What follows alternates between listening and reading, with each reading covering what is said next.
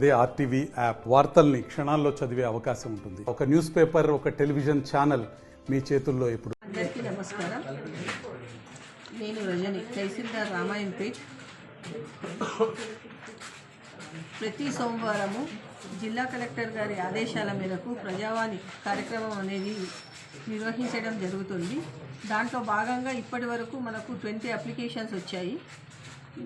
దాంట్లో స్పెసిఫిక్గా ఒకటి court order, town planning department related house demolish చేయమని చెప్పేసి ఒకటి వచ్చింది. అండ్ సెకండ్ ఇది స్కూల్కి సంబంధించి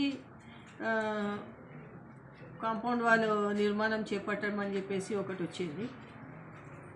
సో ప్రతి సోమవారం కూడా ఈ కార్యక్రమం అనేది యథావిధిగా కొనసాగుతుంది.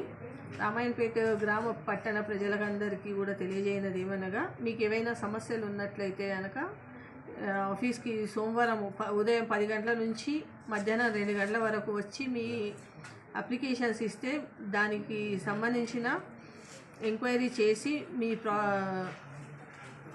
సమస్యని పరిష్కరించబడుతుందని తెలియజేయనది. Thank you. అర్జునవాడలో ఉన్న ప్రైమరీ స్కూలు పరిస్థితులు చూస్తుంటే చాలా దీనంగా ఉన్నాయి. అక్కడ దాంట్లో చదువుకుంటున్న బాలబాలికలకు టాయిలెట్స్ కూడా ఇన్కంప్లీట్గా కాంట్రాక్టర్ నిర్మించేసి మరి శానిటరీ కనెక్షన్లు ఇవ్వకుండా, వాటర్ కనెక్షన్ ఇవ్వకుండా నిర్లక్ష్యంగా వదిలేసిపోయారు. వాళ్ళకు ఏదైనా కాంట్రాక్టర్కు బిల్లుల సమస్య ఉంటే అధికారులు దృష్టి సారించేసి అతను బిల్లులు క్లియర్ చేయించి మరి విద్యార్థులకు దాంట్లో విద్యా బోధిస్తున్న ఉపాధ్యాయురాళ్లకు కూడా సౌకర్యవంతంగా వీళ్ళు శానిటరీ వాటర్ సప్లై పొందుపరిచి వాళ్ళకి అందుబాటులో తీసుకొచ్చేసి వాళ్ళ సౌకర్యం మెరుగుపరచాలని చెప్పి కోరుతూ, మళ్ళీ పాఠశాల పరిసరాలన్నీ కూడా ఇటీవల కురిసిన వర్షాలతో మొత్తం బురదమయంగా మారింది.